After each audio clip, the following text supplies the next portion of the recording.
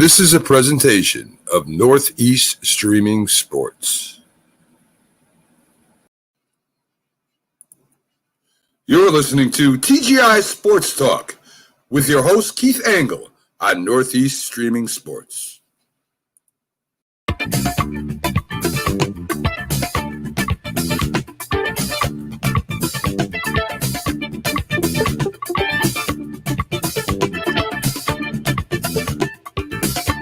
Good evening, everybody.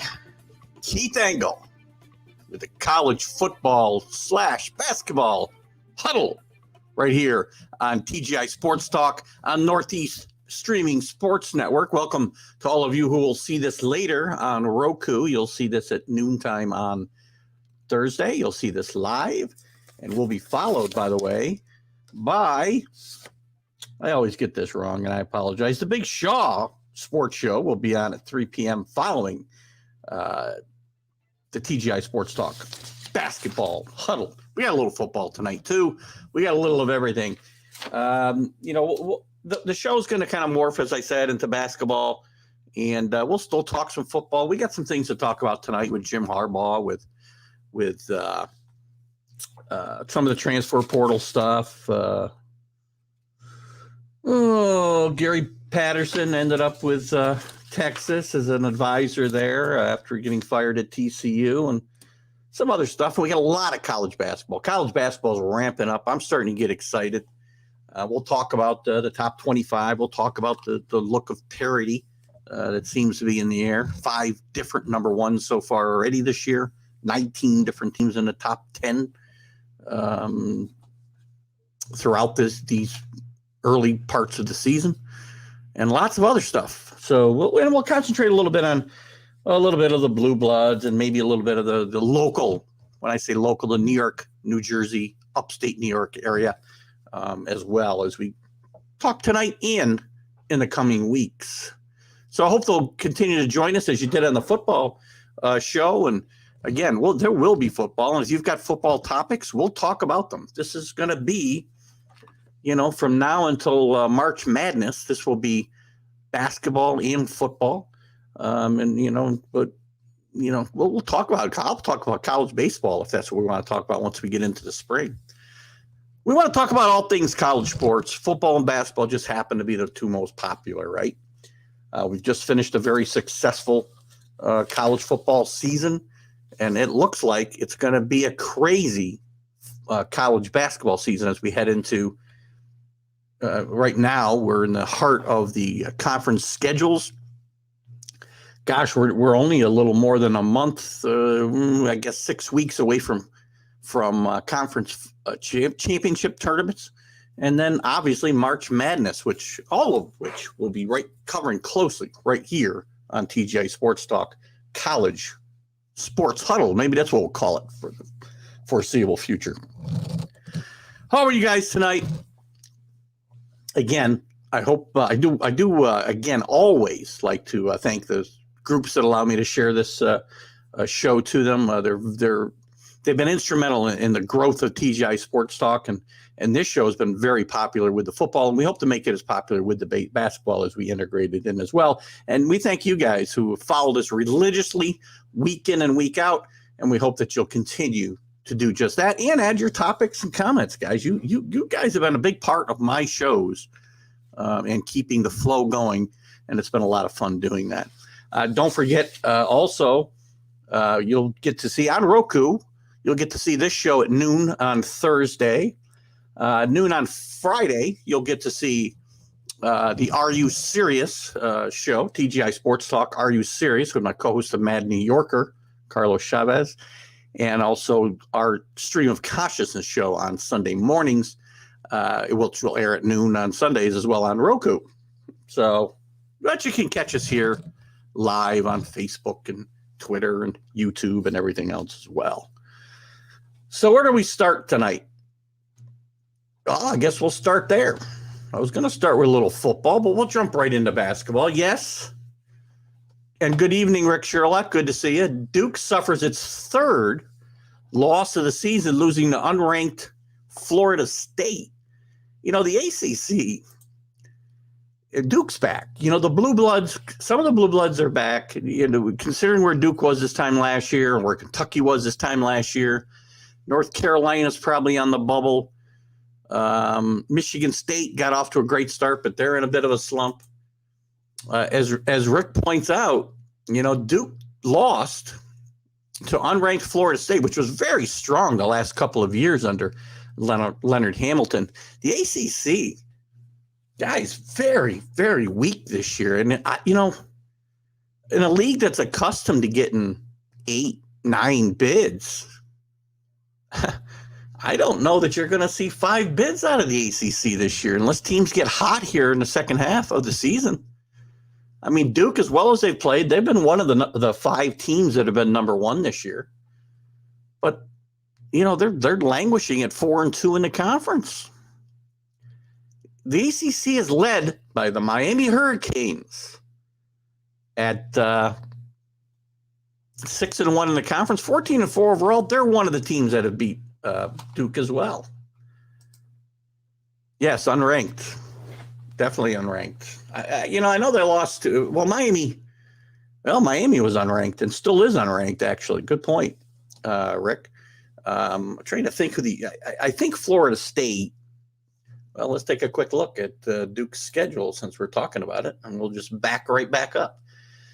So their losses were to, I guess, all unranked teams. Good point, Rick Sherlock. I knew the last 2 were, but apparently all 3 of their losses are to unranked teams. So Duke does, as well as Duke has played and bounced back this year, how many quality wins are there on this schedule right now? You look at it, they did beat Kentucky, which is a nice win because Kentucky's had a nice bounce back year, as we talked about. Let's see, who else did they beat? Army. I wouldn't call that a quality win. Not in basketball, that's for sure. Campbell, George Washington, something or other, Lafayette, SIT. They did beat Gonzaga. Gonzaga's their big win. They were number 1 at the time, and that's going to be their big win of the season. South Carolina State, Appalachian State, Virginia Tech. These are not by any means great wins for this team. And as I said, the ACC is not up to par of where they've been over the last, decades, guys. This league normally has some great strength top to bottom. You've got Syracuse, in the middle of the pack at 3-4, but they're 9-9 overall. Let's look at some of the teams that are in the ACC. We'll stick with the ACC for the moment. We'll stick with the ACC for a moment and look at some of the teams that are normally tournament teams and whether they're going to get into the tournament.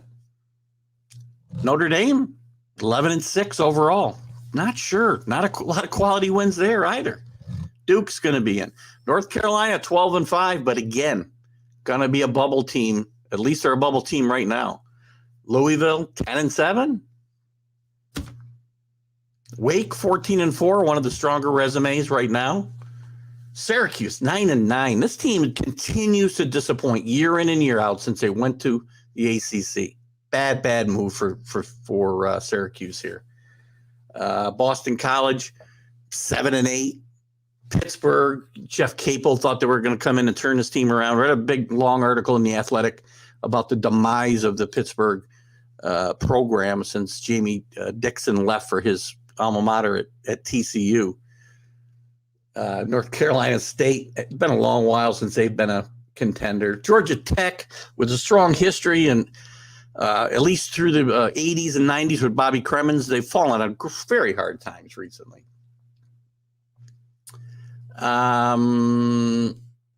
Well, Jory, welcome in, Jory. This is something we can certainly talk about on our Sunday show, but it's not an NFL show, so we're not going to dive too deep into this, except to say, if Jerry Jones were to fire Mike McCarthy, Jim Harbaugh, I think, would be in conversation here. We did talk about it. I think Rick Sherlock was talking about it in a thread that we had going. I mentioned it, months ago, and I think Rick did as well. This is before, well, it might have been before the college football season, or at least early on. We talked about Jim Harbaugh coming back, and Jerry Jones, if he were to fire Mike McCarthy, Jim Harbaugh would be high on his list of potential replacements, because Jerry's going for a name. Stetson Bennett staying at Georgia. JT Daniels on his transfer portal. Excellent point, Rick, and good for the I guess keeping the unit together, the cohesive unit together of this championship team. Bennett has had his detractors, but he came up big when he had to in the championship game. And speaking well tonight. JT Daniels, who has had a star-crossed career as well. He transferred once already.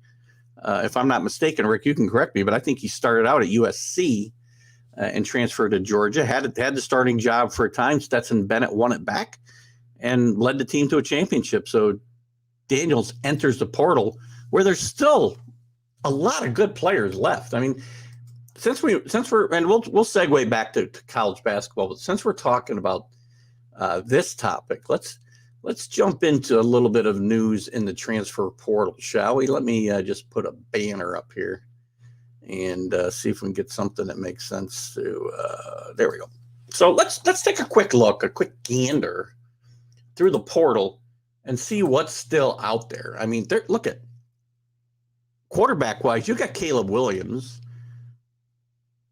Oklahoma is going to be one of the most unpredictable teams in the country when it comes to again, I'm not a big fan of preseason polls by any means, but we're going to start seeing them anytime.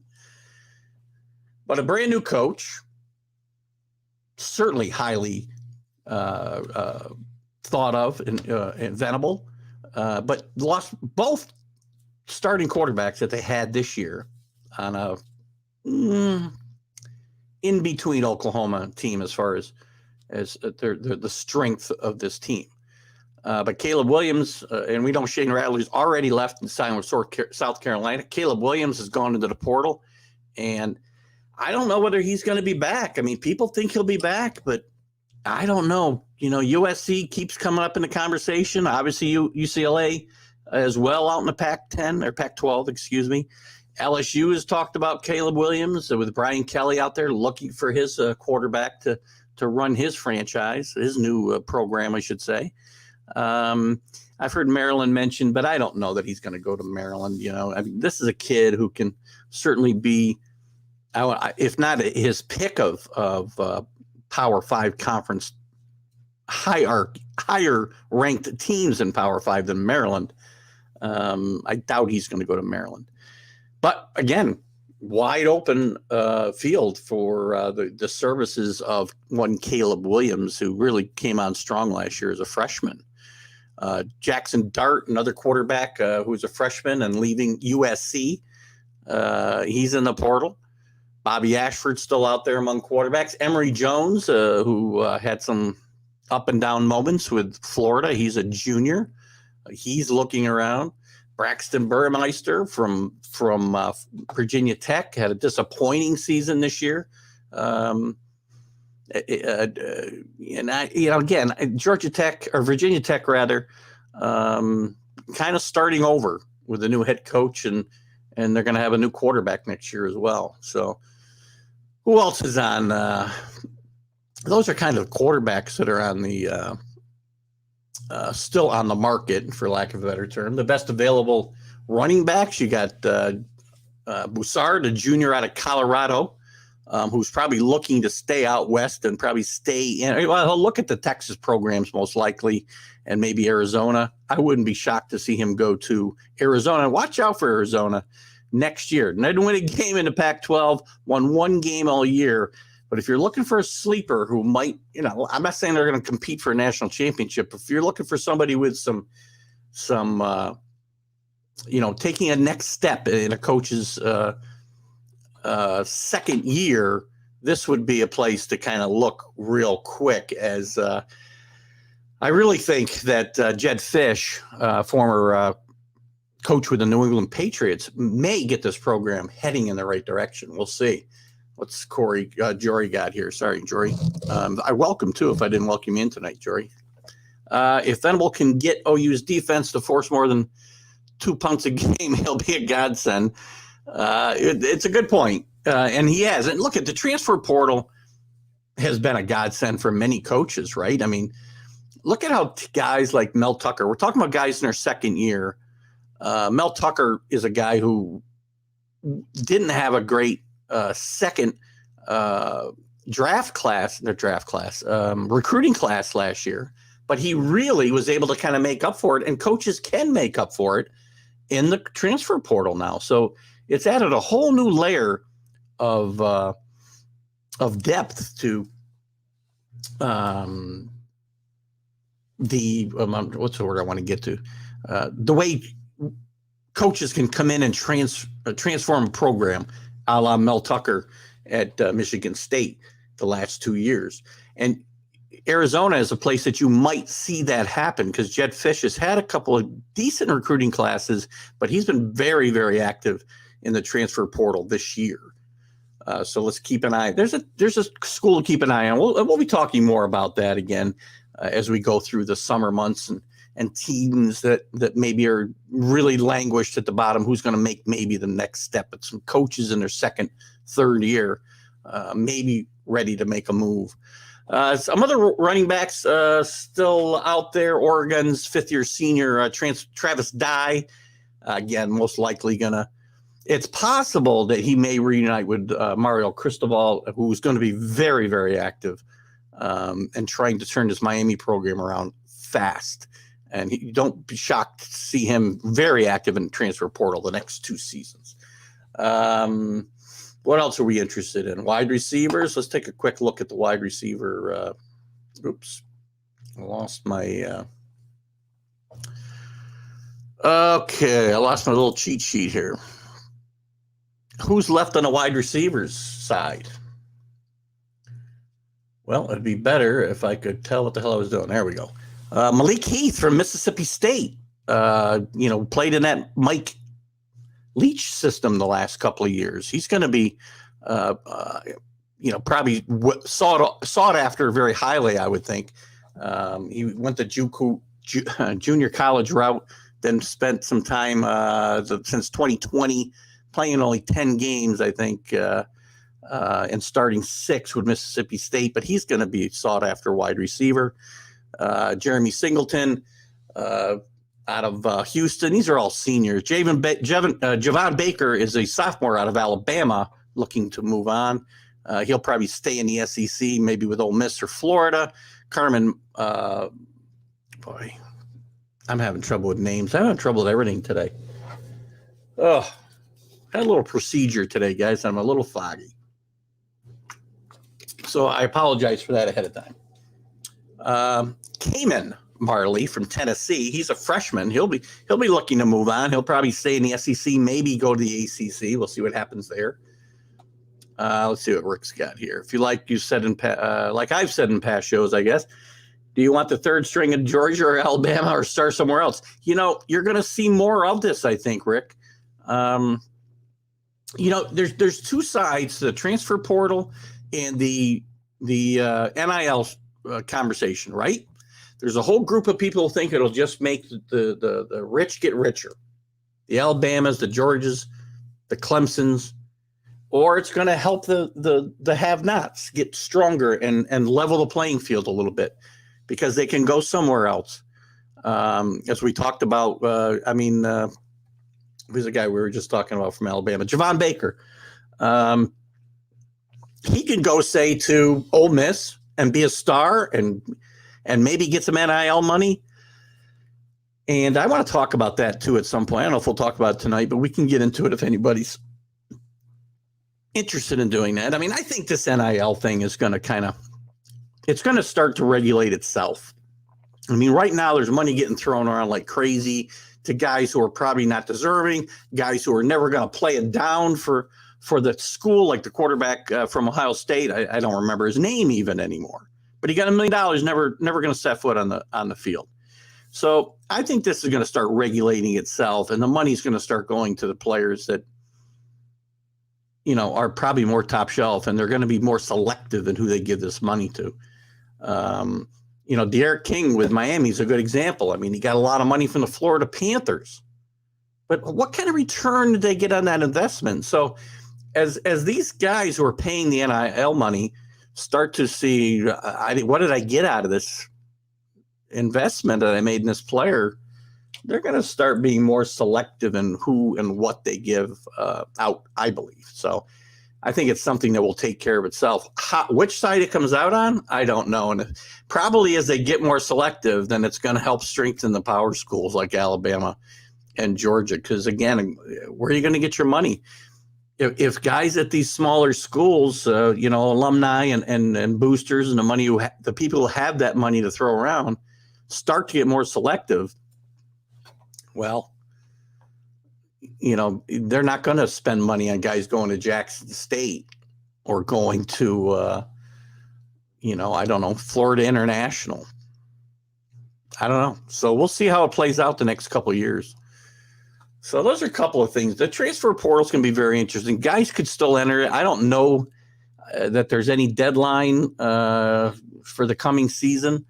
We could probably look that up and we'll get that information out to you guys. But, I'm still not a big fan of the transfer portal. I'm more a fan of if your coach leaves, who's promised you, he recruited you and sat in your living room and says, I want you to come and play for me for the next 3-4 years. And he's gone before you ever play it down or after your freshman year, or any point in your career, then I think you should be able to move on to a place that you're more comfortable with a coach or whatever the situation might be. But to just open the doors and the floodgates for everybody every single year so that everybody's a free agent. And I think there is a limit of 2 times that you can move. We talked about this a few weeks ago, and I think we said we can move as much as you want, but I think there's 2 times you can move. I'm not in favor of that type of open market for these guys. There's no commitment. There's no level of commitment to a school for any length of time. I mean, I can leave whenever I want. Coaches the same way. We've talked about this for a long time. The instability, and we're seeing it more in football. Well, basketball's got the same situation. So I don't know. I'm not a big fan of where we're going with this whole situation. There's a movie out called National Champions, and I rented it, and I started to watch it, and I fell asleep actually, but it looks very good. J.K.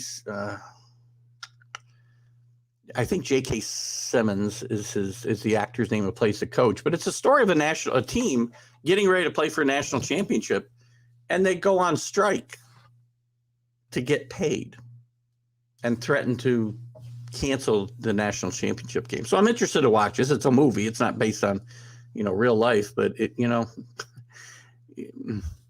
lately some of these movies have been very predictive of what will happen in real life later on. It's funny. I watched a movie, a 2002 movie called Contagion. You would think it was made last year about the pandemic that we've all been living through for the last 2 years. So it's very interesting how life sometimes will parallel art, and art might be a little loosely held term, but it's very interesting how it can follow it sometimes. So I'm going to watch that movie, and I'll give you guys a review and see how it all turns out and what it looks like. One of the other topics I want to chat about on the college level, and we chatted about a little bit already, the Jim Harbaugh story continues to evolve. He's now talking with Michigan, first serious talks he's had since the playoff and the bad loss he had to Georgia. As we talked about here and on other shows, he turned around Michigan this year, had a great look at the end of the season, and the playoff does not take away from what Jim Harbaugh accomplished this year. And he's had a good run at Michigan. And he accomplished things this year that happened in a while. He had never beaten Ohio State. It happened this year. Michigan hadn't won the Big Ten in 17 years, and they won it. Michigan had never been to the playoff. they got there. So the question becomes now, and Jim Harbaugh took a big salary cut, and he was asked about it before the season, before the championship game or the semifinal, not the championship game, but the semifinal game. And he said he'd do this job for free. Well, nobody's doing the job for free. I mean, Jim Harbaugh's a great coach. I know he has great passion for the game. He's not going to do it for free.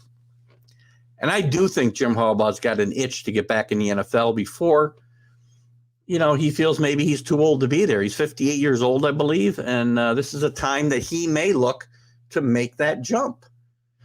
But again, Michigan's in the mix again because they're talking now about extending and maybe, putting more money back into the contract that they took away before this year because Harbaugh is on the list, on the short list of some teams in the NFL. I have not heard of anybody having an interview with Jim Harbaugh yet. I'm a little surprised. But they may be busy getting, in the assistants that they want to get in, especially the guys who are in the playoffs and they've only got a short window during the playoff time to have those conversations. So they may be tying up their time there. But Harbaugh, I still think, is going to be in play in several places. The Raiders, if they don't keep Biaccia. If they don't, the Bears are going to be in play, I would think, and I think that's a place that Harbaugh would like to consider if he was returning to the NFL because he played there for a long time. He's got ties to the city of Chicago, and they've got potentially a franchise quarterback there in Josh Fields. We'll see how that works out. We've talked about him potentially talking to the Vikings. I'm not sure the Vikings is the best situation for him. For either the team or for him. I think they'd be better off, and I think Rick mentioned his name on one of our previous shows, Doug Peterson for the Vikings. But sticking with Harbaugh, Dallas is an intriguing situation. Jerry Jones is very impetuous. Who knows what he's going to do? Jory brought it up before. Be very interesting to see.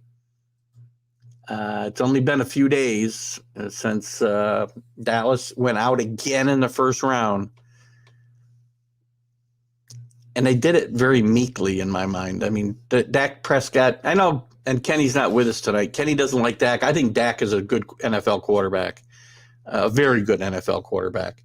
And I think that Jim Harbaugh would be very interested in coaching the Cowboys because of Dak Prescott, not because he's going to come in there and bring in a different quarterback. So anyway, Jim Harbaugh, I don't know. What's he do? You guys tell me. Share your comments. Does he stay at Michigan? I mean, there's two things involved here, right? What should he do? What will he do? I think he's coming back to the NFL, and I think this is the time for him to come back. And I think he should go to Chicago myself. Because I think Jim Harbaugh, by the way, has taken over teams that are not looking at that moment like they're ready to win football games and taken them to championship games very quickly. He had their 49ers, a team that I believe won 2 games the year before he got there. He had them in the NFC championship game in just a couple of years. So Jim Harbaugh, very interesting to see what he might do. A couple other odds and ends around football before we jump. And again, I'll jump back to football if you guys or somebody else comes in to the show. During the show, we'll jump back and forth if we have to. I mean, we jumped back to football as Jory had brought it up and Rick had kind of gone there as well. So I want to get my talking points in. The only other thing I really wanted to chat about, I thought it was kind of interesting that Gary Patterson decided to join Steve Scarsazian's staff at Texas, an off-field role. Hang on, let me put this thing on mute because that's going to play. So it's kind of undetermined, I guess, what his role will be. He is a defensive specialist, and Texas had some trouble on that side of the football this year. It's going to be very interesting to see how that might turn out. for Texas and for Patterson, and what that does for his chances to get a job somewhere else, what it means to Scarsazian, and whether it puts any pressure on him if the Longhorns don't start to turn things around. So that I found that to be kind of an interesting development here the last few days. What else has been going on in the world of college football? Anything else? Jerry Rice's son, by the way, in the transfer portal. He was a wide receiver at, I think he's a wide receiver, isn't he? Let's just double check and make sure. Yes, Brendan Rice will be transferring from Colorado to USC. Look at Lincoln Riley's going to really get USC moving, I think, very quickly as we go forward here. So a very interesting, I think, transfer of Rice. He hasn't done a whole lot. He was only a freshman last year. I think he had 6 catches or so for the entire year, but he's now going to a school with a little bit more exposure. And they've already brought in Mario Williams from Oklahoma. So it's going to be interesting. I still think Caleb Williams may end up with his old coach, Lincoln Riley, at USC. So we'll see how that plays out. Why doesn't this thing want to? There we go. Want to mute that so it doesn't come on. So anyway, other than that, not a lot going on in the world of college football. There will be as we go forward, but let's jump, into college basketball. We talked a little bit. Let's take a quick look at the. Let's get into. Let's see what we want to do. Let's jump into the top 25. I talked, and this goes hand in hand with the parody conversation that I had a second ago. Does parody rule? 5 different number ones so far this year: Duke, Purdue, Kansas, Gonzaga, and Baylor have all been number 1 this year. Gonzaga's moved back to number 1 now, just ahead of Auburn, by the way. It was playing lights out. You watch out for this Auburn team come tournament time. Bruce Pearl has got some guys that can play some basketball. Man, I got to tell you, they like to move the ball up and down the field. Yeah, sorry. The football is hard to get out of me right now. But they're just tearing it up right now, playing great basketball. And they're going to be tough. They're 16-1 in a really good SEC in my mind. League's much better this year, especially with the resurgence of Kentucky. LSU is playing much better basketball. And top to bottom, you got Tennessee who could contend there. But I think the SEC, and I think Bruce Pearl, he's a very polarizing figure, right?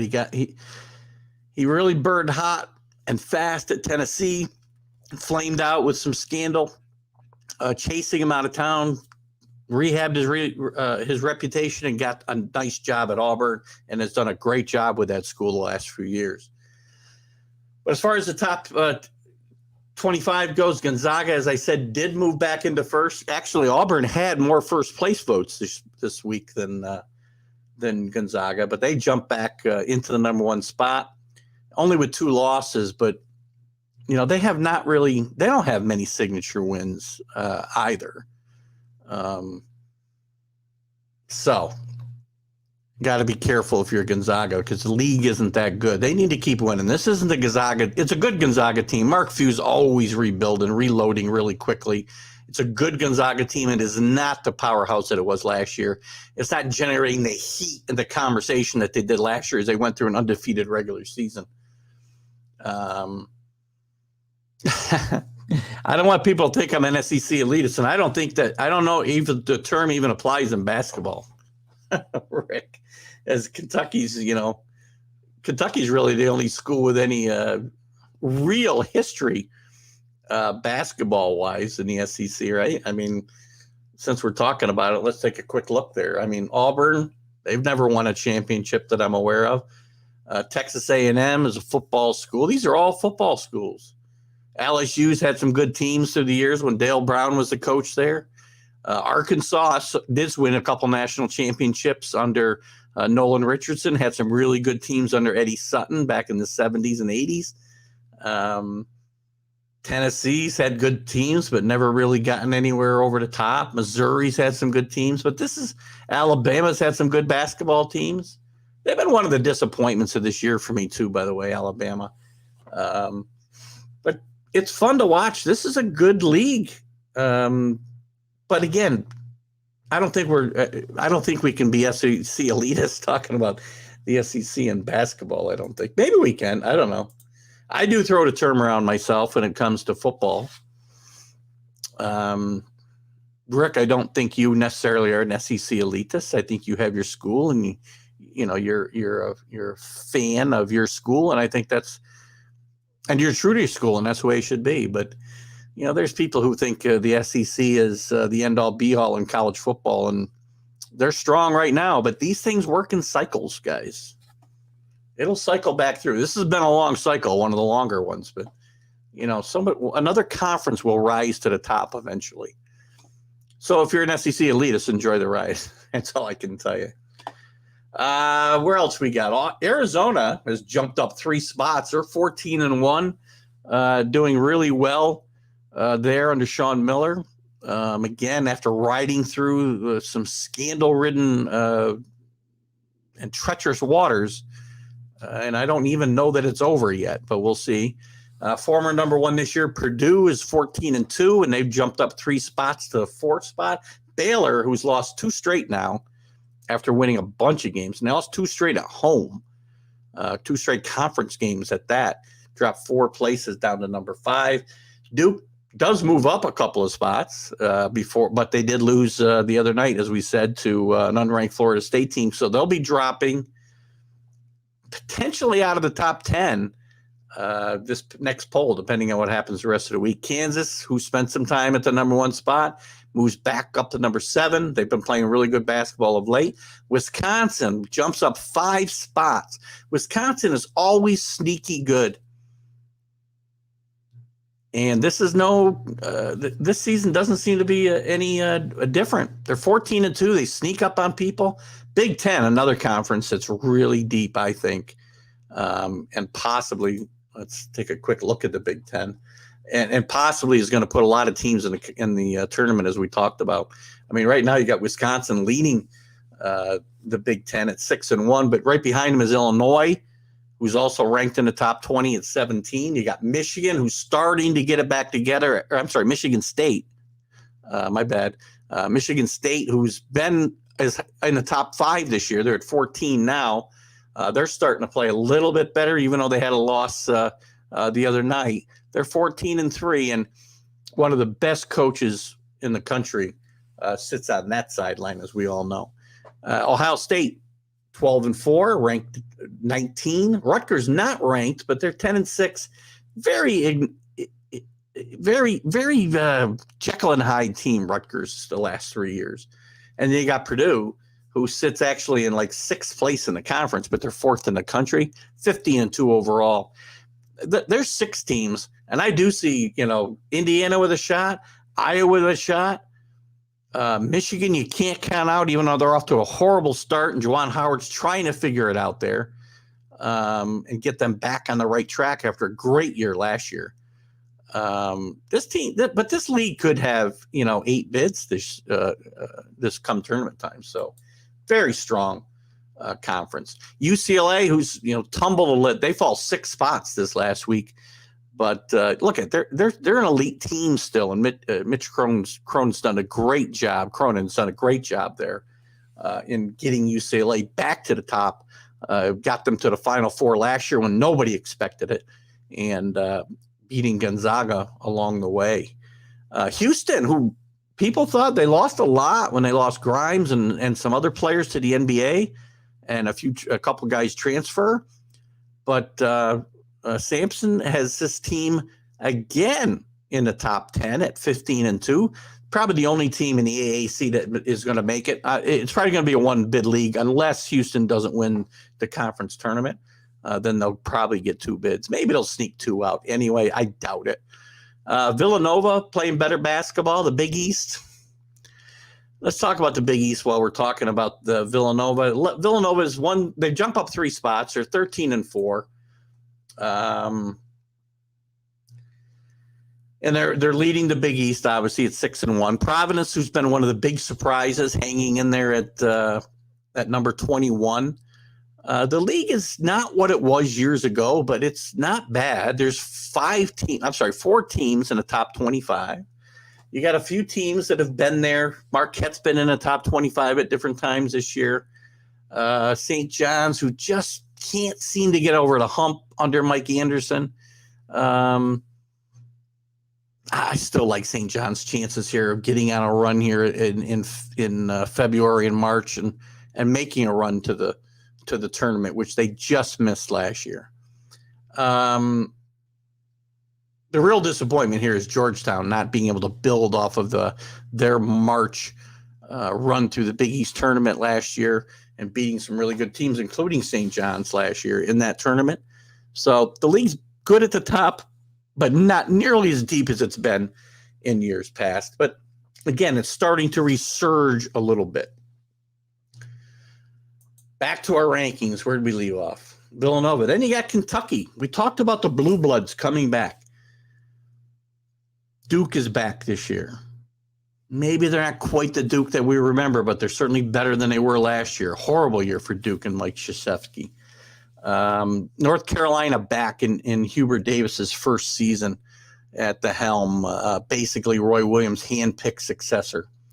Kind of on the tournament bubble probably right now. They are 12-4, but the league is not that good this year, and they're going to need some help to probably not some help, but they're going to need to get better and probably win some. They're going to need to beat Duke, and they may need to win the ACC tournament to get into the big dance. But their number one key is they got to just keep winning games and build on that record. But they're back again. They were not good last year.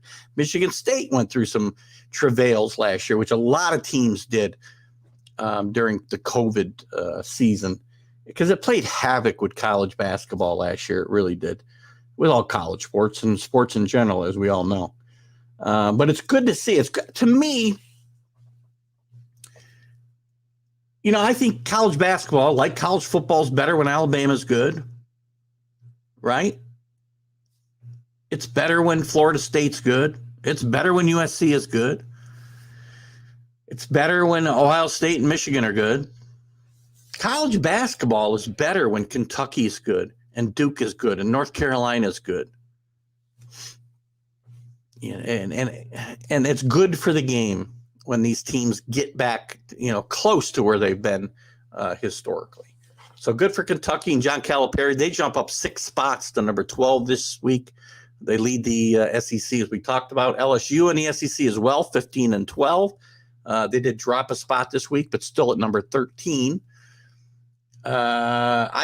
Michigan State, is next at 14-3. They did drop 4 spots with a couple losses recently. But again, this team is certainly one of the better coached teams in the country. One of the teams that you do not want to play come tournament time, whether it's the Big Ten tournament or the NCAA tournament, is Michigan State. Because when tournament time comes around, that's the time that Tom Izzo really gets his teams cranking on all cylinders. I mean, he's taken more teams to the Final Four that I never thought would have a shot than any coach I can think of. And he's just one of the great coaches in the game. And, these guys are starting to get up in age, too. We're going to lose a lot of really good coaches soon while I'm thinking about it. Krzyzewski's only got a couple of years left, right? We just lost Roy Williams. When I say lost, he's not coaching anymore. He didn't pass away. Izzo, who knows how much longer he's going to hold on. Jay Wright's probably got some time left, but there's some legendary coaches that, again, we're going to lose here soon to the sidelines, not out of life, hopefully. But it's going to be tough when we see that happen. It's never good. It's never fun to see that. As much as guys might hate Duke And Mike Krzyzewski, you either love him or you hate him, and it's good for the game.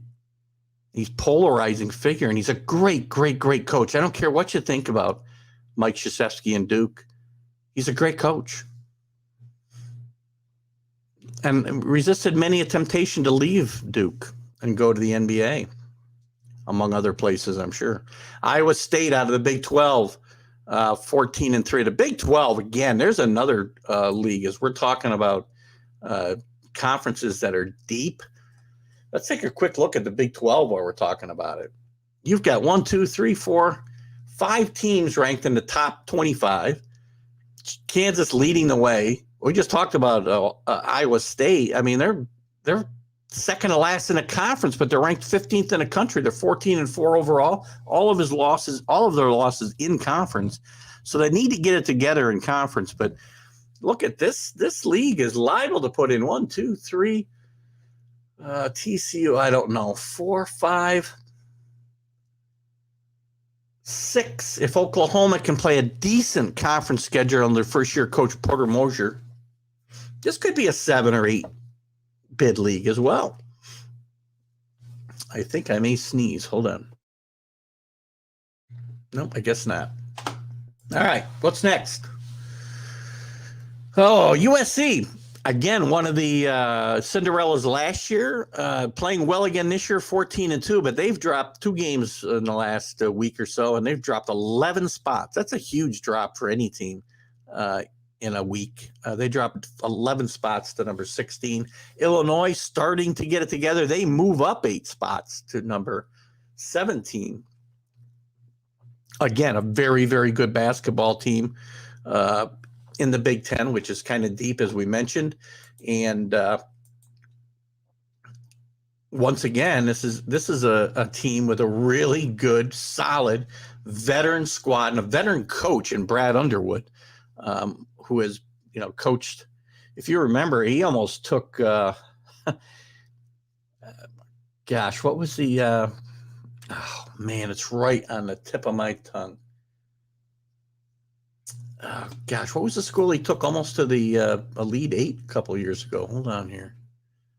Stephen F. Austin, a couple of years ago, got him a job at Oklahoma State with a great run in the tournament, which turned into a job at Illinois. I think he only spent a year. at Oklahoma State and then moved on to Illinois. Again, but he's a veteran coach and he's got a good veteran squad. If you can have a veteran squad in college basketball anymore. Those are the teams. That's why the mid-majors can compete more. When we get to tournament time, you see teams like, well, it used to be Gonzaga. Now they're losing guys early, but they used to keep guys 4 years. But you'll see teams from, let me just take a quick look through here. I mean, the Loyolas of Chicago is a great example, right? 4-year kids. They can, because of their experience, they can get into the tournament and compete with these teams that are built around freshmen that are going to be there 1 year and done. Freshmen and sophomores. The AAC's got some teams that can do that. Chicago, Loyola Chicago, watch out again come tournament time this year. Very good veteran team.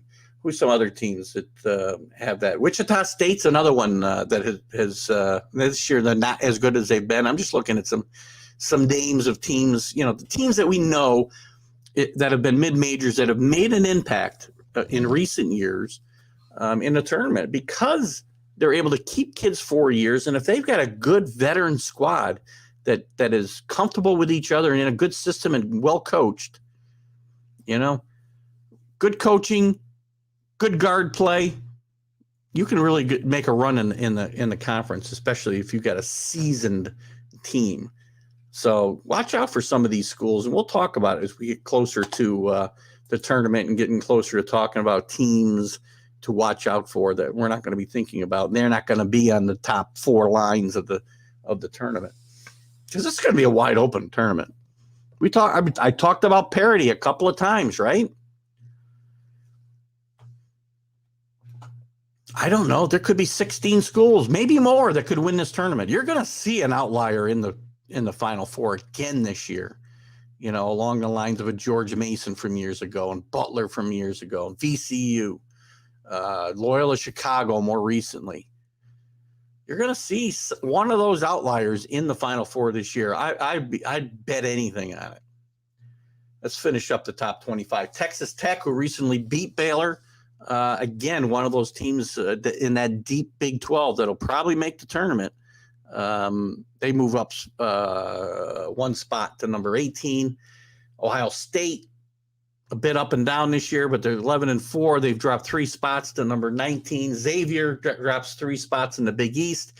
Providence moves up 2. Loyola Chicago, who we talked about, in the top 25.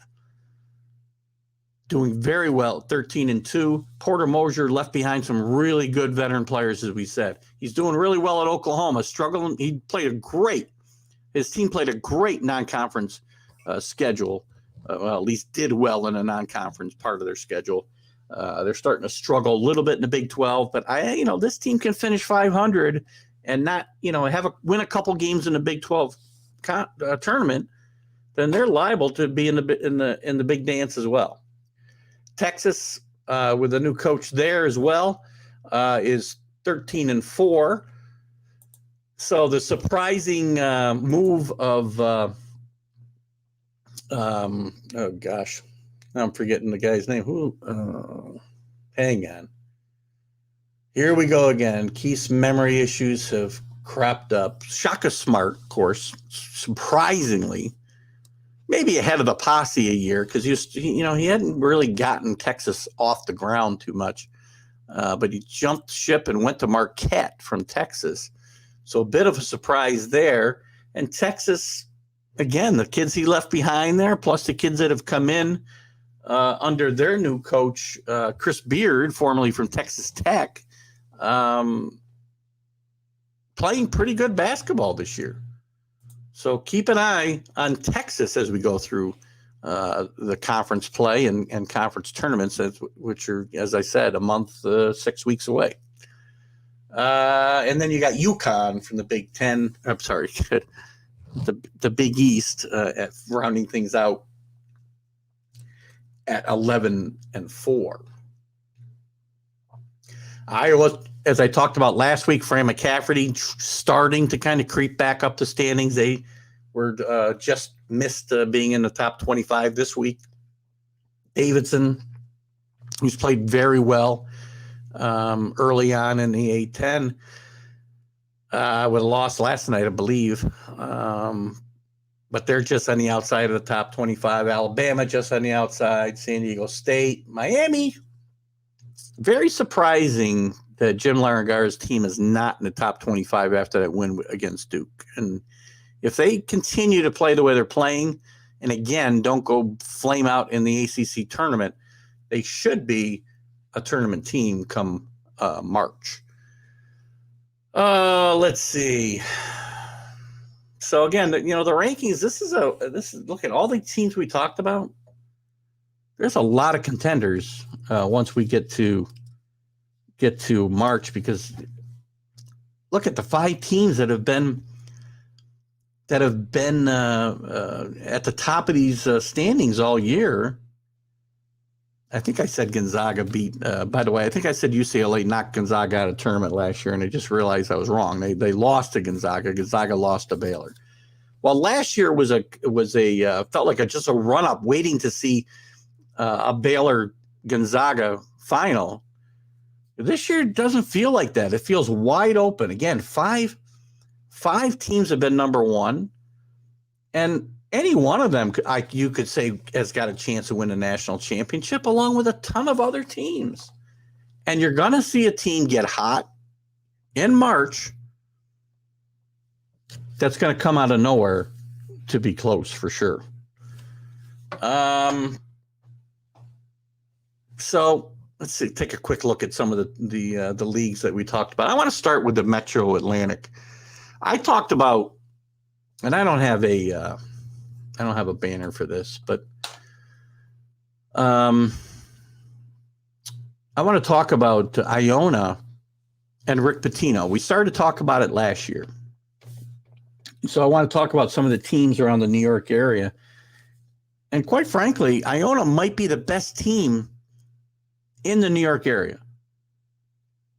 Seton Hall's played pretty well. St. John's has been up and down. Rutgers up and down. Syracuse has been terrible. Obviously, we're moving out of the city, New Jersey area, into upstate. Syracuse has been awful. Syracuse has not been good for a number of years now, and they have not. This move to the ACC has not paid off for them. But Iona, I think, is probably the best team in the local area. When I say local, I'm upstate New York, East Greenbush, New York, a few hours from Syracuse, a few hours from the city.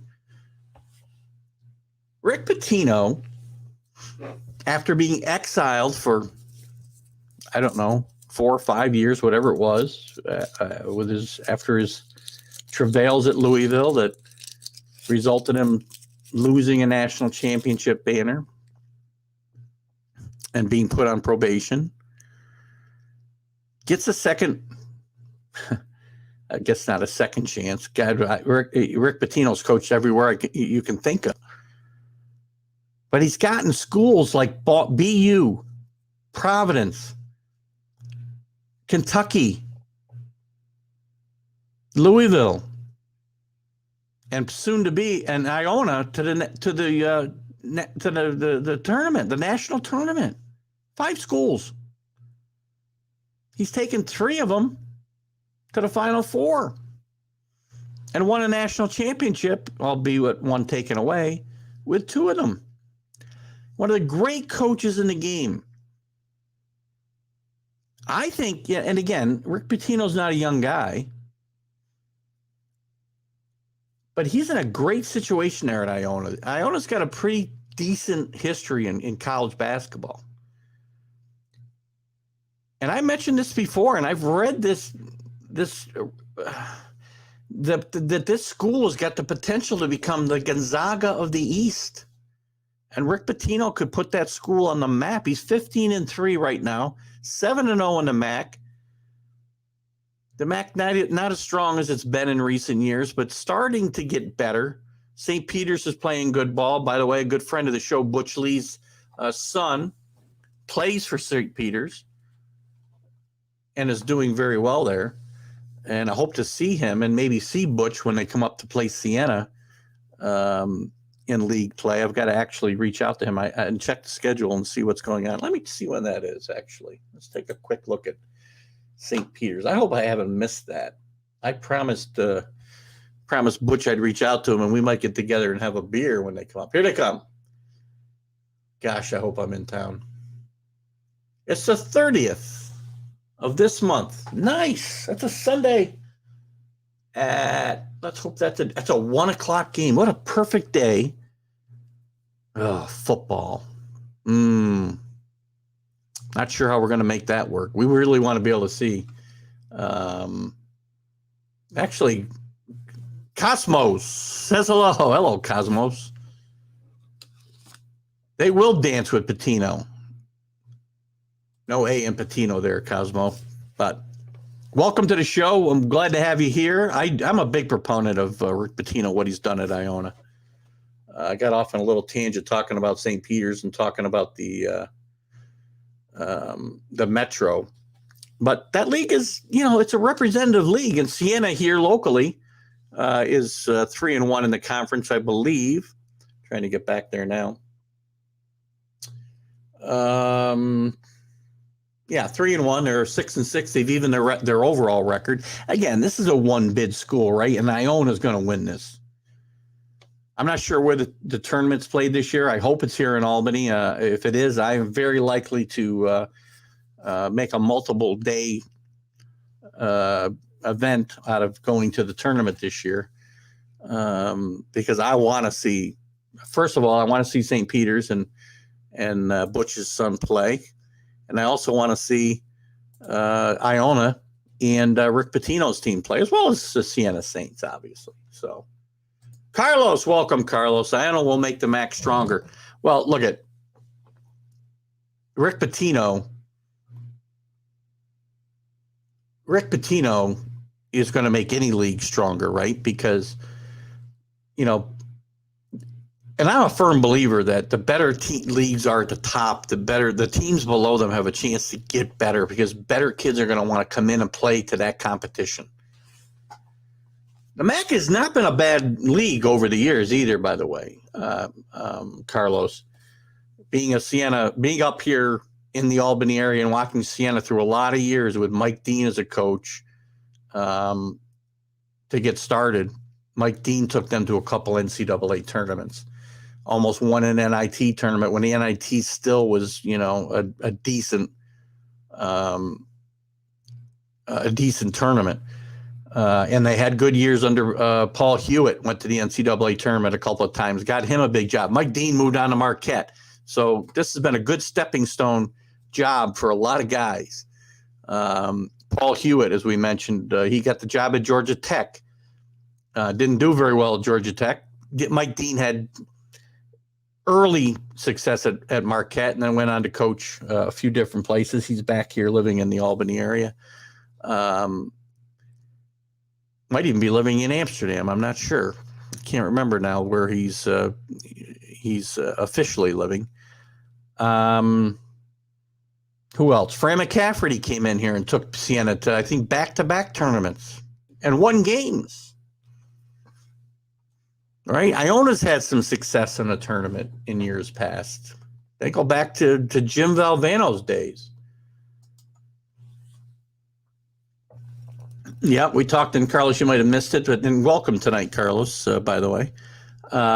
We talked about how not just Kentucky and Louisville, right? He took BU from the Northeast Conference to the tournament. He took Providence to a Final Four when Providence, you know, was one of the little kids in the Big East. They weren't one of the big boys. He took a Providence team to the Final Four in 1987, the year that Syracuse lost to Indiana on Keith Smart's jumper at the buzzer. I know I'm aging myself. So, yes, and besides turning Kentucky around and then foolishly leaving to go to the Celtics, in my mind, and then coming to Louisville, he got that program turned around and winning, and we all know that he went off the rails and they lost that national championship to Scandal. But Rick Pitino, you cannot argue the fact that Rick Pitino is a tremendous basketball coach. And as I said, and Carlos, if you missed my comments,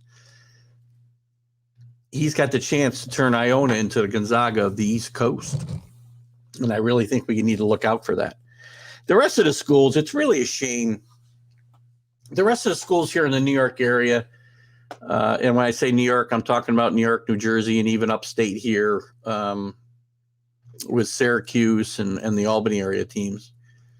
Did he cheat? Well, I can't say, but a ton of guys are breaking rules. Well, agreed, but some of the things that were going on, the institutional control, to use the NCAA's phrasing, at Louisville certainly left something to be desired. And I'm sure it does a lot of schools.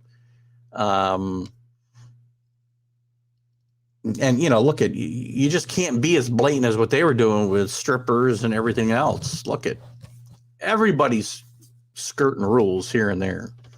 You just can't go along breaking them. And you also can't run around like you're a co-ed, you know. How can I say this nicely? You can't be taking waitresses on the table in a restaurant when you're a married man. And I'm not saying, you know, that every other coach in the NCAA is a saint, but, you know, Rick Pitino was his own worst enemy at Louisville. I think Rick Pitino lost sight of who he was as a person and as a coach. And, you know, he had to get away. Look, he got fired, so he didn't get away on his own. But he went overseas and coached. He started to get his perspective back. He wanted to get back in the college game, and Iona gave him that chance. And let's hope he doesn't squander it, because he's really got something going there at Iona. And as I said, he can build a little powerhouse here on the East Coast that can potentially make some noise. To use Cosmo's comments here earlier, not only will they dance, they got a chance to go to the tournament and win some games. Again, I keep talking to you about tournament play. What you need to be successful is steady veteran guard play and good coaching. And you can play with the big boys who are playing with a bunch of freshmen who are just raw talent. I saw stuff with UT player getting privilege. Look, a lot of players get privileges. It goes beyond that. It goes beyond that.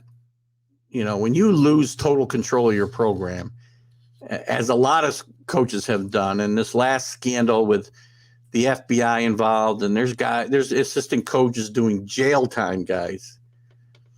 Things were really getting out of control, and I really hope that and I don't even know that it's over, this FBI probe and NCAA probe into some of these programs, and some of the biggest programs in the country, Louisville, Arizona, Kansas. I'm just mentioning a couple. There's some real guys doing some real time in jail because of things that went on. And I hope it scared coaches straight. Let's see what Carlos has got to say here. You need 8-9. You and your 8-9 guys. Not in a college game, you don't. Well, you do to play Rick Pitino's style of basketball. Because it's full court, wall to wall, pressing defense. And running with the basketball. So you're right there, but you don't have to go that deep as a mid-major. All you need is veteran play, solid veteran play, and good coaching, and you got a chance to knock teams off. You've seen it recently. You think Loyola Chicago a few years ago went 8 or 9 deep, Carlos? They didn't. And you think George Mason went 8 or 9 deep when they got to the Final Four here? Again, we're going back 10 years. VCU, Butler. These cool schools didn't go 8-9 deep. They got veteran players and rode them through the tournament. And that's how those teams can do it. Again, I just mentioned to you 4 or 5 instances, and not 3 or 5 guys, Carlos. I mean, that's again, you're going way too far to the other extreme. I never said 3 to 5 guys. But their rotations are going to be 7 guys. You're going to get other guys with a little bit of playing time, but they're going to go, 7-man rotations, 8-man at the tops when they get to tournament time, because that's the way they're going to win. Arizona's been in trouble for a while. They're playing good basketball, or are they in trouble in a game right now? I'm not sure your context. Only Butler got close. Only Butler got close? Only Butler got to a final. So getting to the Final Four isn't close enough for you, Carlos, for these mid-majors? Loyola Chicago, George Mason, VCU, Butler. Butler almost won a national championship. They were inside a half-court shot away from winning, and you watch that game that, oh gosh, I can't remember the guy's name now, but put it up there. Gonzaga had like 7 seniors. Well, that's the key. And Gonzaga's gotten away from that, by the way.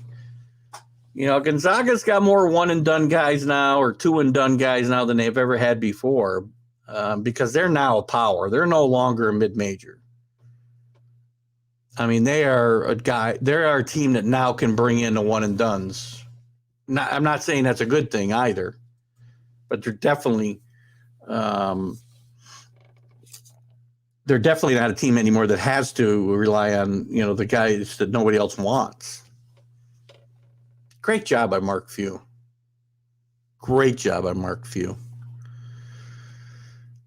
I'll wait for your next comments, Carlos. I'll move on to the rest of these teams and locally, not locally, but here in the New York area. Who else has done it? St. John's has been a bit of a disappointment. They don't have a signature win. They got blown out in the chance, in their chance on national TV. Well, I don't know if the game was nationally televised. It was probably on ESPN. Against Kansas was really their chance to make a statement for themselves. And they just couldn't do it. They got blown out in that game early. They've rebounded. They're playing, whatever. They're playing, I think they're 4-2 in the Big East. Let me check it out. Oh, I just got off that page. Now let me go back to it here. Oh, we'll put it here. Big East standings. Where's sorry, 2-2. I knew I saw that. 10-5 overall. But they don't have a signature win on their resume. That's their biggest problem right now, is they've got to get some good wins. Unless they're going to win the Big East tournament, they're not going to make the tournament without doing that. If they don't really start to get on a run this weekend. At John's, I'm guessing you mean St. John's will rebound this weekend. Who they got coming up here? They got Seton Hall. I'm sorry, they don't have Seton Hall. They're playing Creighton right now. Yeah, they do have Seton Hall at home this weekend. 12 o'clock on, I'm going to say that's Sunday or Saturday. That'll be a good game. And they got a big week coming up, man. They got Seton Hall back-to-back games because one was postponed, I think, due to COVID earlier in the year. Then they got Villanova. Then they got Providence. This is a big run for St. John's right this week. If they're going to get themselves anywhere near the bubble for the NCAA tournament without winning the Big East tournament, this is the 2 weeks, between now and the 29th of January. They play Seton Hall twice.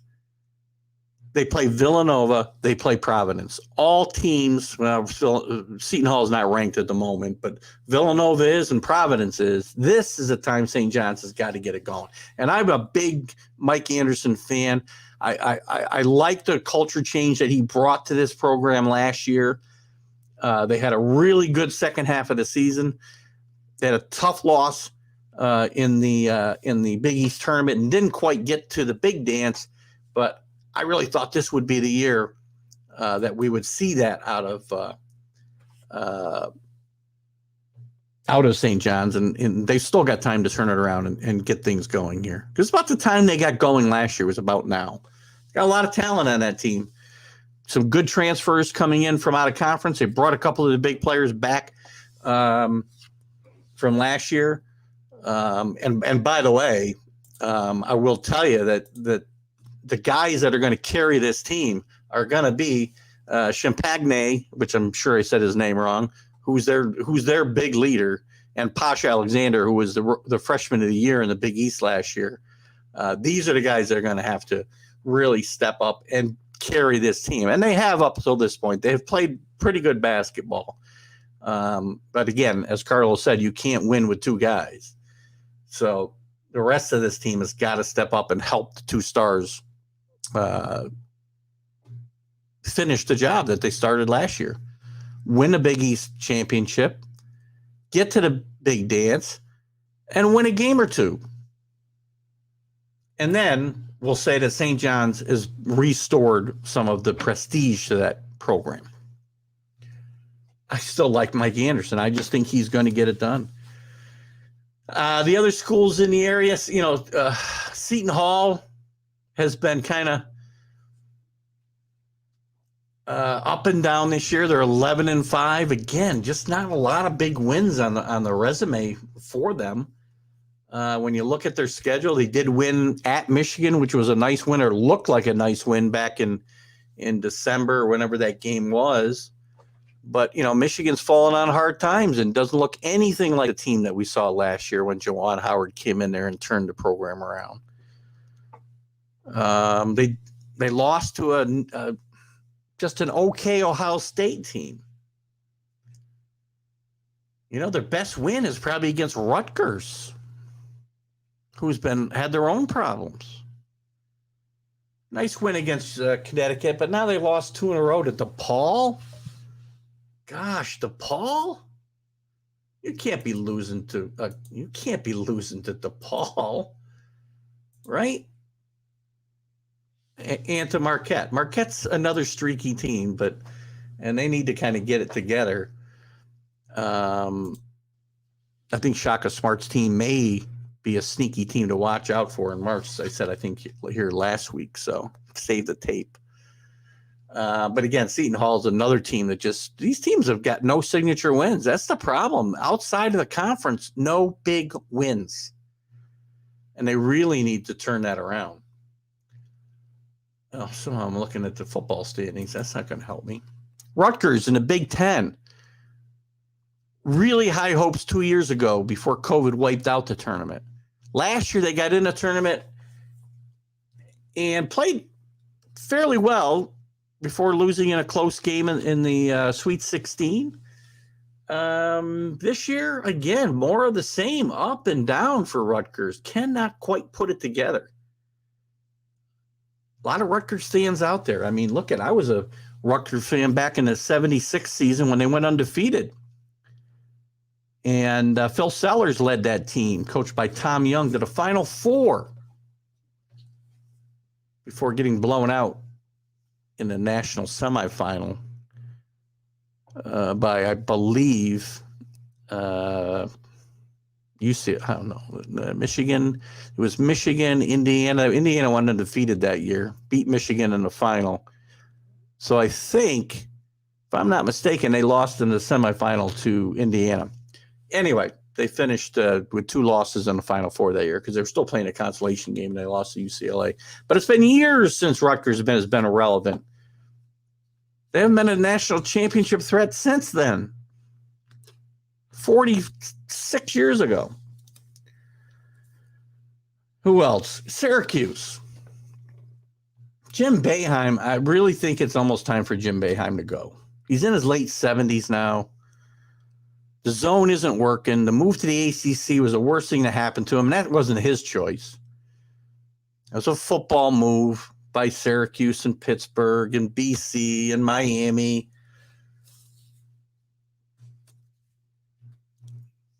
But they've lost their identity. They don't have natural rivals anymore. They don't have any natural rivals in the ACC. Even the teams that came with them, they weren't big rivalries. Their rivalries were St. John's and Georgetown and Connecticut to a lesser extent.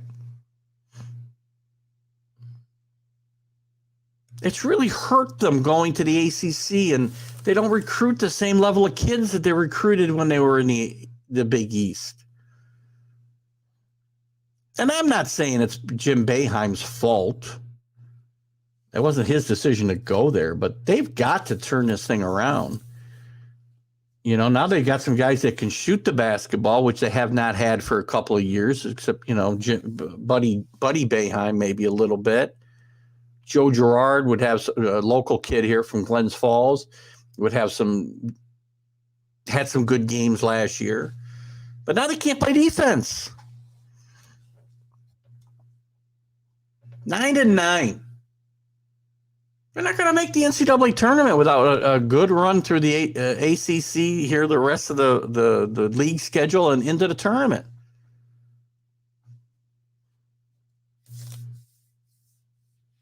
And then our local teams here, Albany U stinks this year. It's too bad. New coach, a lot of new players. I tell you, this is a school that brings in, for a small school. Well, they're not playing in a huge conference. They're not a big school. They're playing in a small venue, but they bring kids in from overseas like they're playing, like they're, Seton Hall. But they're on a down cycle this year. Sienna's starting to come back in the MAC, as we talked about. I'm excited about the MAC. Really excited about seeing some MAC games.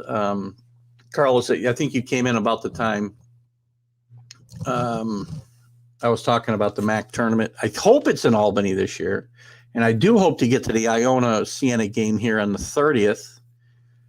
Actually, 1 o'clock wouldn't be bad, because if there's football, that's probably championship weekend, if I'm not mistaken, in the NFL. So I'm not going to miss those games. But I likely wouldn't if it's a 1 o'clock game.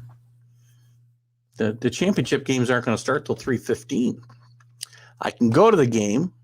Not Iona. Sorry, it was St. Peter's. I'm sorry, it's St. Peter's. I wanted to see the regular season game because I'd like to see a friend of the show, Butch Lee, a former national champion and a national player of the year at Marquette back in the 70s. Butch Lee and his son is a star at St. Peter's come in here and play. NIL ruined Syracuse. Those kids have big issues and little play to back it up. NIL didn't ruin Syracuse, Carlos, because this team has been trending downwards long before the NIL came into play this year. They weren't good last year. They weren't good the year before. They have not been really good since they went to the ACC. I think they made one run. Maybe they made a run to the Final Four, at least to an Elite Eight. I think they might have made a run to a Final Four since they went to the ACC. But that was not even a good basketball team. That was just a team that got on a run in March. This team has not been a legitimate contender for a national championship in 10 years at least. And that's just not acceptable for a school as rich in basketball history as Syracuse.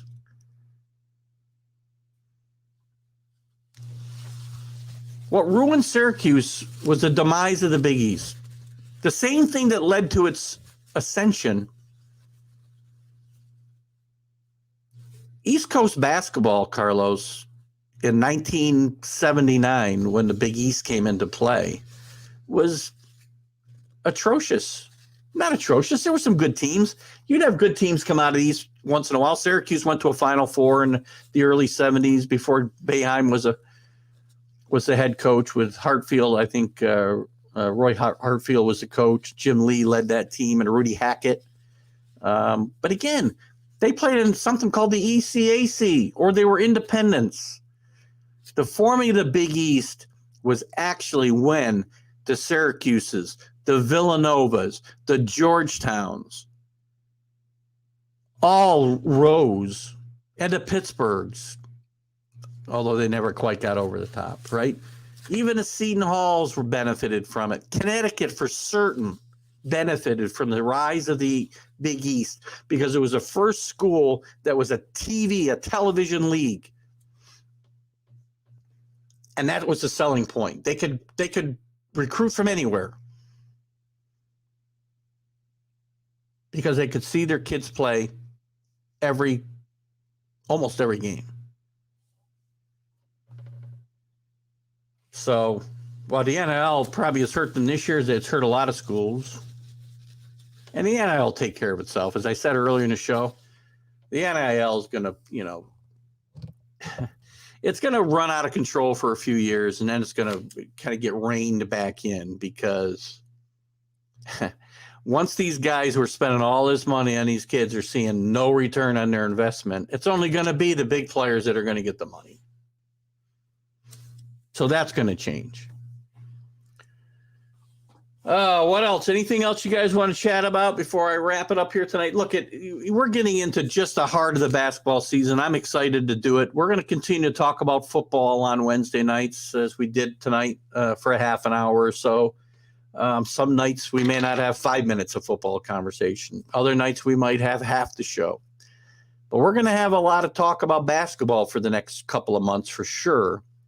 I'll be going away on vacation, so we'll have to see what we're going to do about those couple of weeks, which we'll see what we're going to do also about our Are You Serious show and the Sunday Stream of Consciousness for a couple of weeks. But we'll talk about it. We'll get it. We'll make sure you guys have some content to watch, and I promise you some good stuff. But I love being here on Wednesday nights. I love being here on Fridays with Carlos with the Are You Serious show, the Mad New Yorker, Carlos Chavez, who also is certainly a big contributor to all of my shows. He had a lot of the Northeast streaming sports shows. So we've enjoyed having you guys in tonight. Enjoyed your comments. And we're going to be back next Wednesday night with the college sports huddle. Maybe that's what we'll call it for a while. But we've got other shows. We're going to be here on Roku. Make sure you get Roku. If you've got a Roku TV, just go to Roku and download Northeast Streaming Sports. Get yourself a Roku stick. You can download Northeast Streaming Sports or add it to the channel. You can watch these shows. You can watch this show on Thursday at noon on Roku. The Are You Serious show at noon on Roku on Fridays. Stream of Consciousness show, our Sunday Stream of Consciousness show airs at noon on Sundays. And we've got our vlogs and other special interviews as well. So we thank all of you for coming in. I thank all the groups that will let me share this to you later on. Please add your comments. You don't like the show? You like the show? We had some negative comments to one of our shows last week. It's fine. We're here to agree. We're here to disagree. We're all going through this life together, guys. Let's have some fun with sports. Let's not take it too serious, but let's have some fun.